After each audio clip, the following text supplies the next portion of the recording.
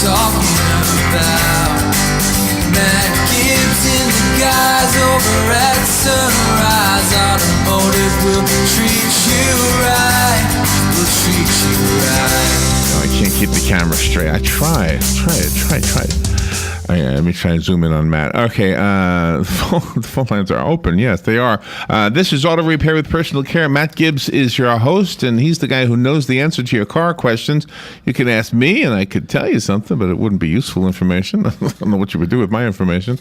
Matt is the owner of Sunrise Automotive. He's also the owner of Crossroad Auto Sales. So if the car that you have is just you ready for a new one, you might want to go see what Matt has, and they're all approved by Matt. In fact, he picks them out himself. So call in with your questions and pay attention as he describes some of the cars on his auto lot.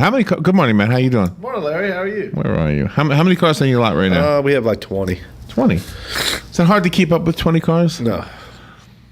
I've often wondered when a car dealership has hundreds and hundreds or thousands. I mean, do they have to like lock them all every day? Do you have to walk through the whole lot? Wow. Yep. Are they all unlocked? How do you deal with test drives? I've often wondered, how do you trust somebody to take a car out? That would worry me. Yeah, I've actually sent someone out on a test drive and they never come back. They never came back? No. Well, they're still gone? No, actually, I found a car. I found it. You found the stolen car? Uh-huh. And what'd you do? I chased him. Ooh. And I called 911 while I'm chasing him. Yeah.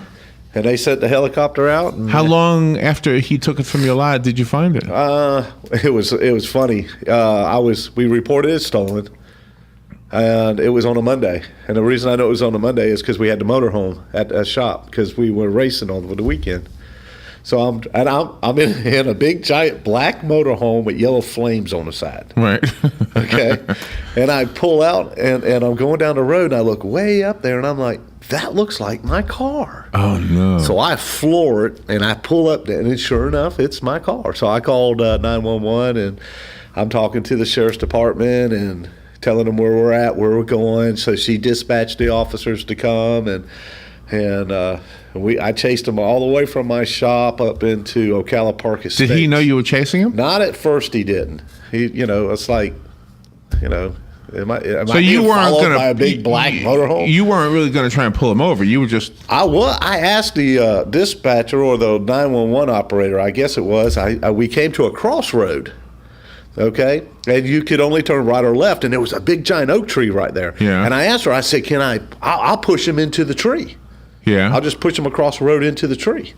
No, we don't want to do that. We don't want to cause any property damage. Right, and I'm like, well, all this property's mine. Yeah. Yeah. And so so I didn't. She asked me not to. Well, you could have hurt him, and then you would have been. Well, probably. Yeah. But I was just going to pin him up against the tree. I wasn't going to crash him into the tree. I was just going to push him into the tree.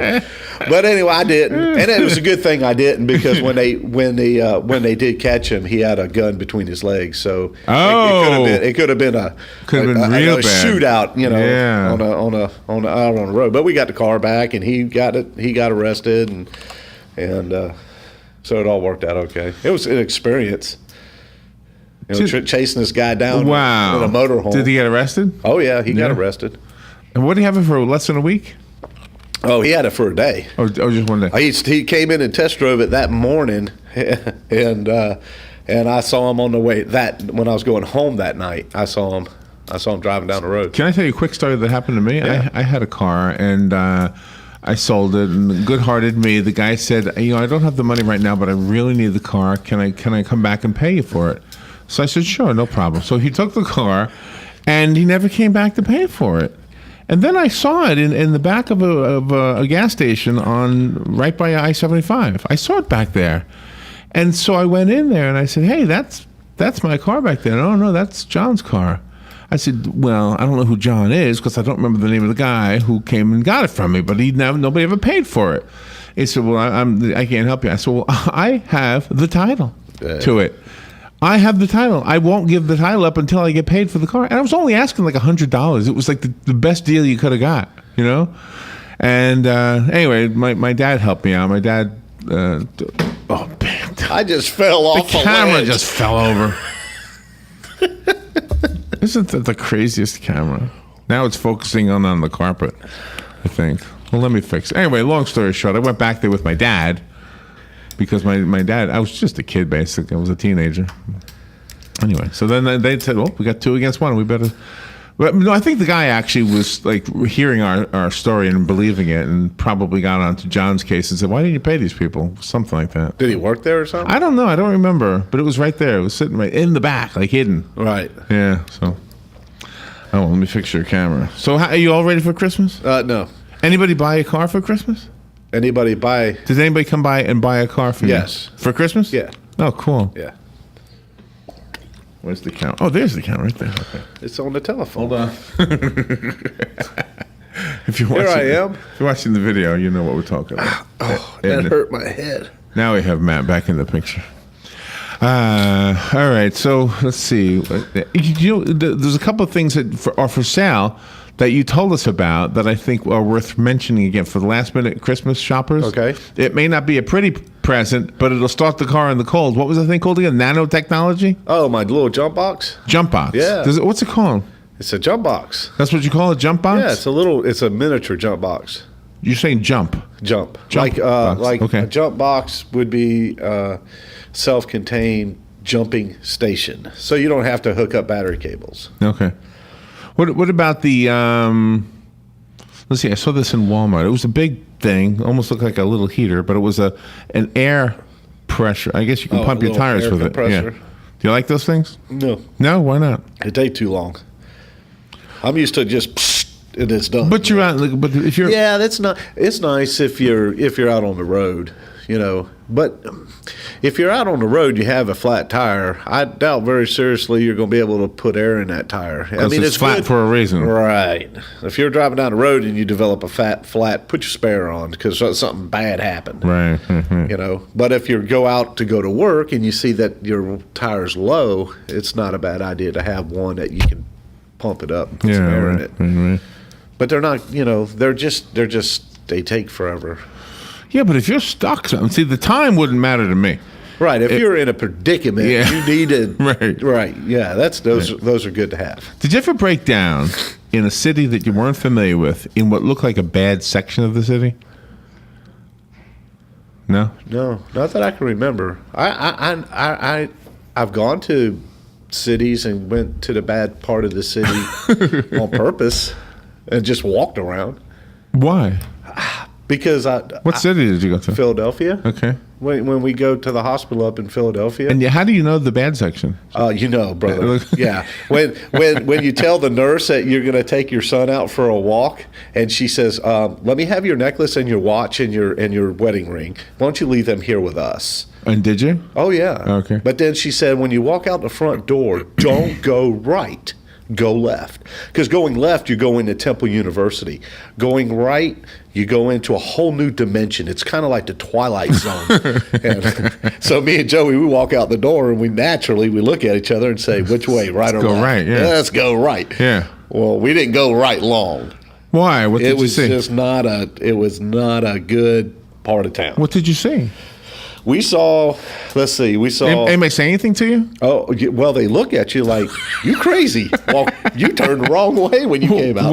Were you like the wrong color? Was it one of those circumstances? It was ethnic. Yes, it was definitely some but that's never bothered me. No, I know, but it's the truth. I mean, Yeah, but when you see like a police officer chasing two people down the road, Right. that's when things start getting a little hairy, and you're getting yelled at from down the street. Yo, come here, you come here. You know, it's like, nah, I don't think I really want to go there. Let's go somewhere else. So we turned around and went left. And it's funny because it's not like a gate or a wall or anything that divides the left from the right. It's just like, I guess there's some kind of unspoken law. there. That's true. Yeah, You know? yeah. And Well, the other thing I noticed too is that every time, okay, this is in the middle of Philadelphia, and you have to wait for the crossing signs to say walk across the street. And when you get the okay to walk across the street, you hear this beep, beep, beep. And I'm like, what is the beep, beep, beep for? Right. And they're for blind people. So that blind people know that it's safe to walk across the street. That makes sense. It's, Makes a lot of sense, yeah. But I never heard that before. I thought maybe the SWAT team was coming when first time I heard the beep, and I'm looking around. Right. So we don't have that here in Ocala. No, we barely have the crosswalks. Yeah. We need more crosswalks here around 200. Or a bridge or something. We need something on 200. 200 is bad. Oh my gosh! I'm not even gonna tell you what I'd rather have than drive down 200. No, but I mean for pedestrians to try to cross over. Especially tourists who don't. It's not even safe. Let me tell you a story. What happened? It wasn't this last Monday. It was the Monday before when I left the radio station. I'm driving down 200. Okay, heading back to work, and in the right-hand lane, there's 3 lanes on both sides. So in the right-hand lane, in the middle of the lane, is this guy on a bicycle. Oh, no. In the middle. And he just had this big, giant grin going about 3.5 miles an hour.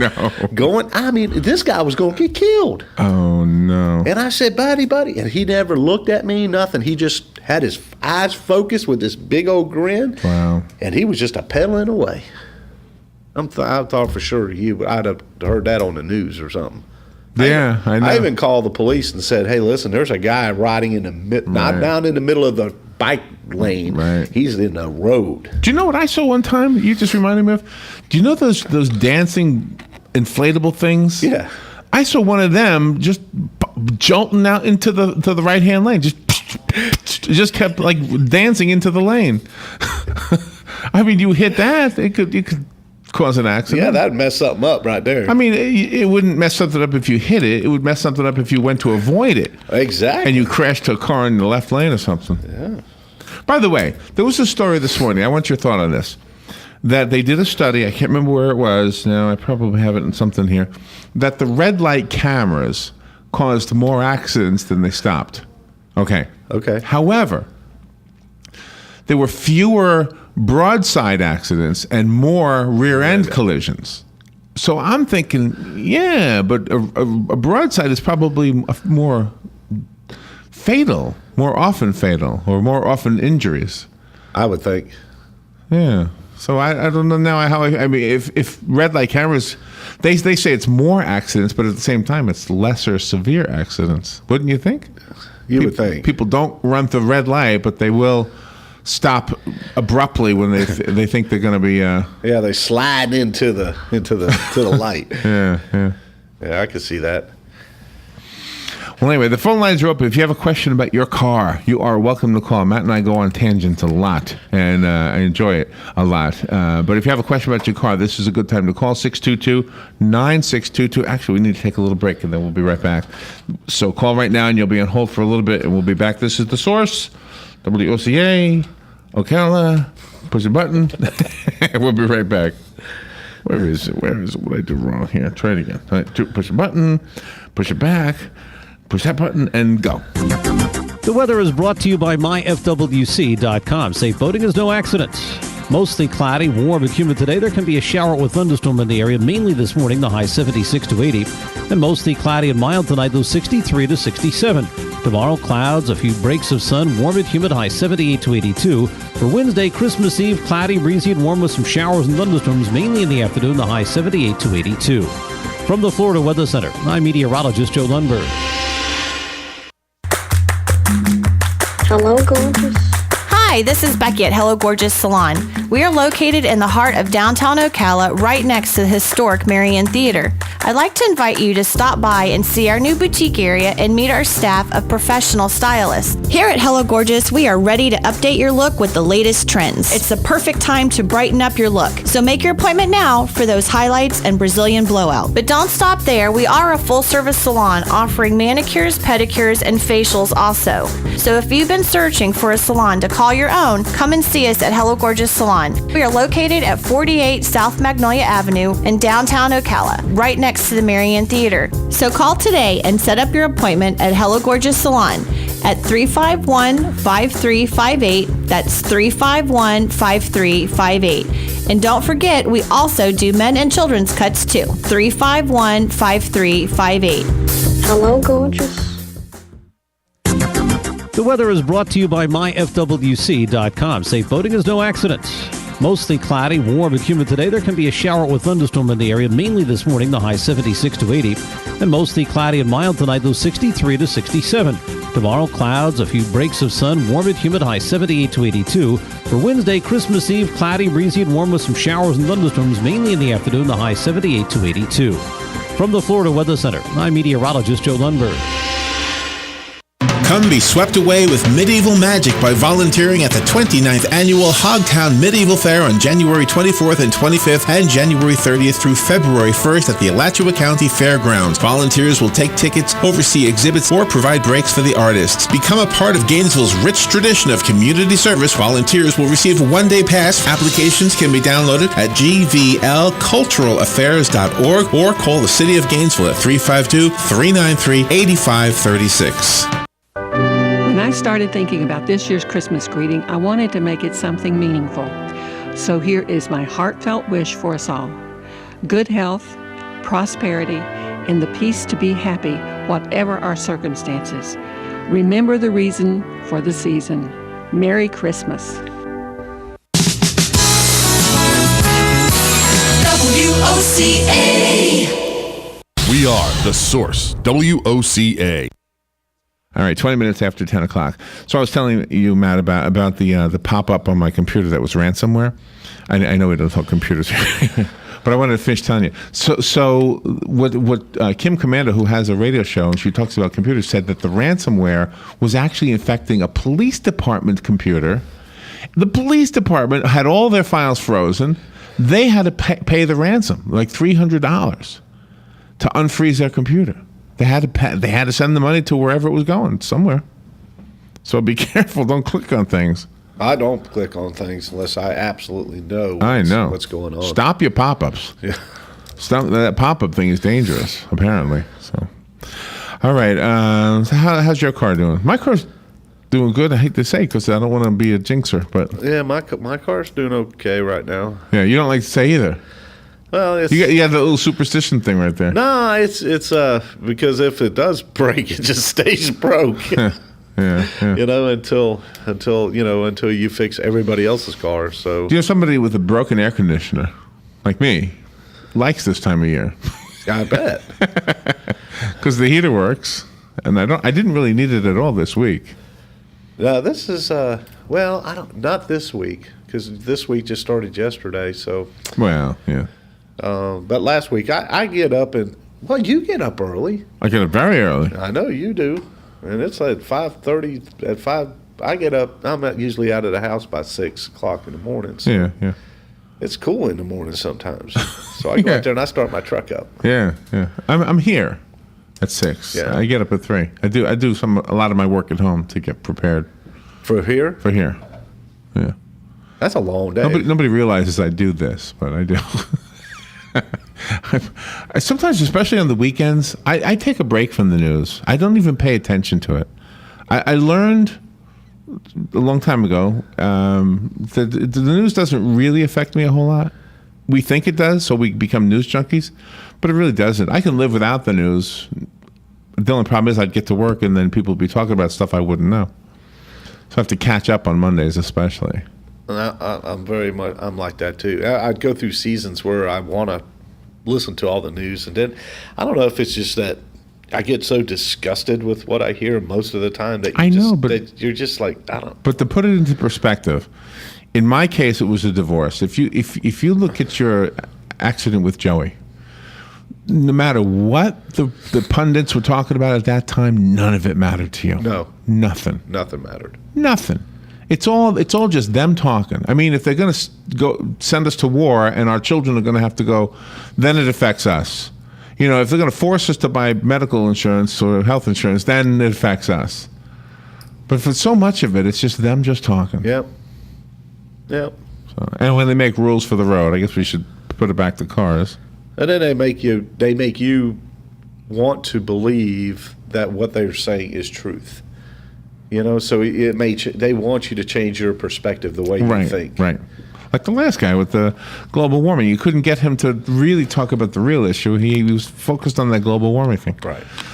So there's a discussion in California they're a little bit scared now about these driverless cars because I think they start to come around in 2015, don't they? Isn't that what they said? So there's a debate now about maybe they jumped the gun too quick. Maybe they didn't really test it enough. Did you see that? No. Okay, let me look for it in the story. They can do it, but I would be too. Is this Google car? I think it is, but I'm not so sure that's the one. Driverless cars. Here it is. Yeah, California regulators weigh in. This was just 18 hours ago. They say driverless cars will save hundreds of lives. This is a Google car. It shows a picture of it. Yeah. California's Department of Motor Vehicles will miss a year-end deadline to adopt new rules for the cars of the future because regulators first have to figure out how they'll know whether driverless vehicles are safe. In a rare case of the law getting ahead of emerging technology, and reflects regulators' struggle to balance consumer protection with innovation. Safety is chief at this chief selling point, so they're not really sure. Oh, thank you. Hey, how you doing?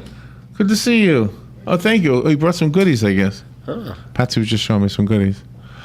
But anyway, so they're trying to decide what they want to do about those driverless cars. Can't they set up this like peopleless town and put crash dummies in driverless cars? Right. And let it just.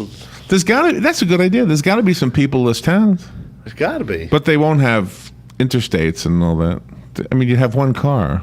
I mean, where are you gonna start? You're gonna, the interstate's probably the easiest thing. There's a hot toy on the market right now. It's a driverless. Of course, it's a driverless car. It's only this big, size of a hamster, but it has no slot in the track. It never goes off the track. Have you seen this? Yeah, and they say it's the equivalent to a smart car, but it's for a toy, and it just drives around. Hold on, let me take a phone call. Good morning. You're on the air with Matt. Hey, this is Jim from Anthony. That guy you had on last hour, I'll digress for just a moment, please. He's just like most of those guys. If you start talking common sense and let's try this approach instead of just all out or nothing, they don't even want to talk to you. He didn't want to change his pitch. Yeah, he wouldn't change. That's right. Yeah. Every time that you would say something logical, he'd say, yeah, but, and he'd go back like he hadn't even said anything. I felt the same way. Yeah. And I said, I agree with you, Larry. I don't think that man is that important that God can't control this atmosphere and this world the way He created it. But we are having some effect as far as the pollution is concerned, and it just makes common sense for us all to be better stewards of everything God provided. Absolutely. He asked us to do that. Absolutely. But that guy wouldn't listen to that. You're right. And he's not the first one. That's right. And that's the reason that they're getting nowhere. They don't want to pick a place to start, and let's just do something.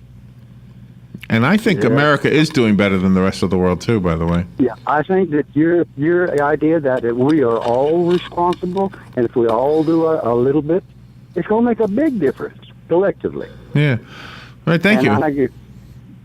Appreciate the call. As far as driverless cars is concerned, we got a lot out there today. The drivers are on cell phones. I know. That is the scariest thing, too. I pet peeve for today. Merry Christmas to both of you. Hello, Matt. Hello. Thank you. Thank you, sir. Do you know what I wanted to ask you? Keeping on. Thank you. Thank you. I love that. I want to ask you this. I don't want to jinx myself, but I really have never really slammed on my brake. Never? Never. I don't want to. That would mean I'm almost going to crash into something. I did when I had my accident, but I can't remember if I skidded or not. But my question to you is this. Right here on Highway 200, I have seen at least 3 in the last 2 weeks cars that literally locked up their brakes because they almost rear-ended somebody. In all 3 cases, they avoided the hit, okay? But I thought our brakes didn't lock up our wheels anymore. I thought we had these non-locking... I thought they still rolled, but they were locked, and the smoke from the burning rubber. Well, were they newer cars? I don't know. I mean, it's an anti-lock. Yeah, anti-lock. So, and they can still smoke. They are locked. They are locking. They stop for milliseconds. So if you're... Oh, so they can still burn rubber? Yeah, absolutely. I mean, the big thing about it is that you still now have control. Now, if you didn't see the accident and you see the smoke, then that means they turned, they weaved, they got out of the way. Now, with the old braking system, you can't do that. Once you mash that brake and that car starts sliding, whatever direction that car is heading when you hit those brakes is the direction that car is going to stay. Okay. But in the newer cars, you can actually it's maneuverable. Oh, really? You can drive and slam on the brakes at the same time. And I think, just my thinking, and anybody who looked at it must have thought this, that in all three cases, somebody was looking at their phone or whatever, because how could you not know that the car in front of you might stop at any minute with the busy traffic that we've had? That's a good point. So we'll have to talk about this. These I wonder if driverless cars, when it's time to have it serviced, it just, you get in it, you go, and you're wanting to go here, but it doesn't. It brings you to Sunrise. You're fighting to get here, but no. I need an oil change. I'm doing what I need. We need to go there now. I have to go see Matt. This could be good for me. Oh, no, Matt, we're out of time. What's your phone number? My phone number is 352-690-1993. Oh, my goodness. I have not looked at the clock at all. It must be a holiday week. I'm just goofing off too much. Yeah, let's goof off. Yeah, I didn't show you the ice cream maker yet. No. Merry Christmas to everybody out there, too. Merry Christmas. Thank you, Matt. You too. All right, we'll be right back.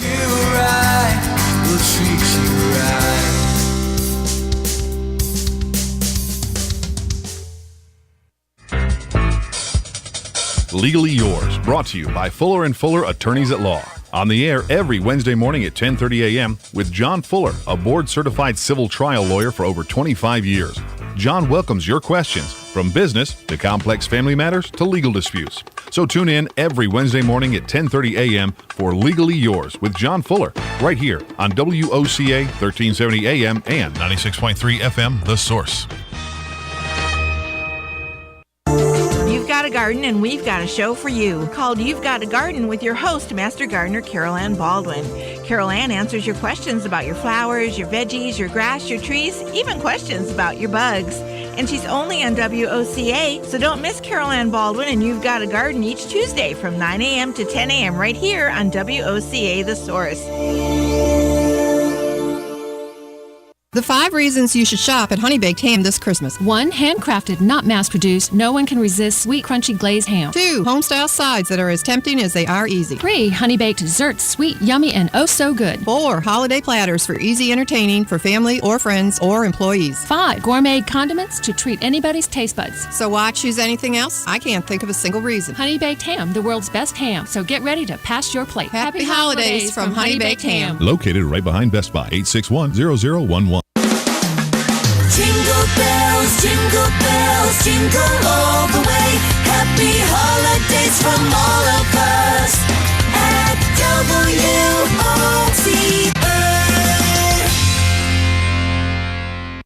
Think unique gifts are hard to find? If so, you haven't been to Downtown Jewelry and Pawn in Bellevue. Frank has something for everyone. Antiques, costume jewelry, diamonds, gold, watches, fine china, art deco pieces, and so much more. Located at 5445 Southeast 111th Street in Bellevue, behind Checkers, a trip to Frank's Downtown Jewelry and Pawn is a must. A little elf told me that the big guy shops there. You should too. And Frank does great repairs.